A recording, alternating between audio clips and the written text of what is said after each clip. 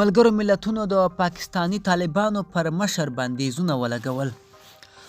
د ملګرو ملتونو امنیت شورا د پاکستاني طالبانو د مشر مفتي نورولي مسعود نوم د بندیزونو په هغه لیست کې شامل کړی چې پر القاعده او اسلامي دولت نوم ډلې لګېدلې دي. له دې مخکې تیر کال امریکا متحده ایالاتونو د مفتي نورولي نوم د نړیوالو ترهګرو په لیست کې شامل کړی و.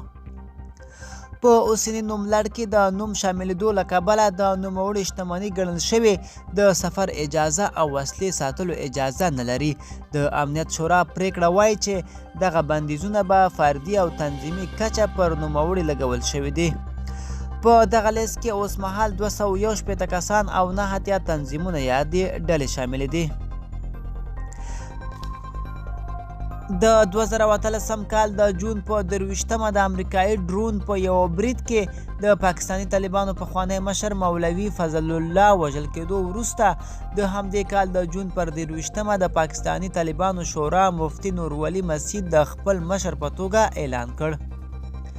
مفتي نورولي مسعود له دې مخکې د پاکستاني طالبانو پخوانی مشر بیت الله مسعود له نږدې کسانو یو بلل کېده او د 2013 کال په فبروري کې د خالد سجنا له وژل کېدو وروسته د طالبانو مسعود ډلې مشر ټاکل شوی و.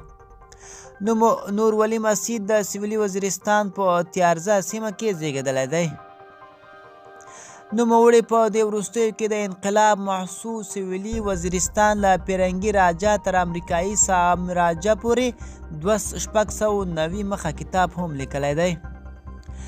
په دې کتاب کې د پاکستان پخوانی لومړی وزیر بېنظیر بوټو د وژنې په ګډون پاکستان کې د یو شمېر هغو بریدونو مسؤلیت هم ومنل شوی دی چې مخکې طالبانو له منلو انکار کاوه. نوموړي په دغه کتاب کې ویلي هدف یې دا دی چې ملګري یې د تېروتنو زده کړې وکړي او بیا یې تکرار نه کړي.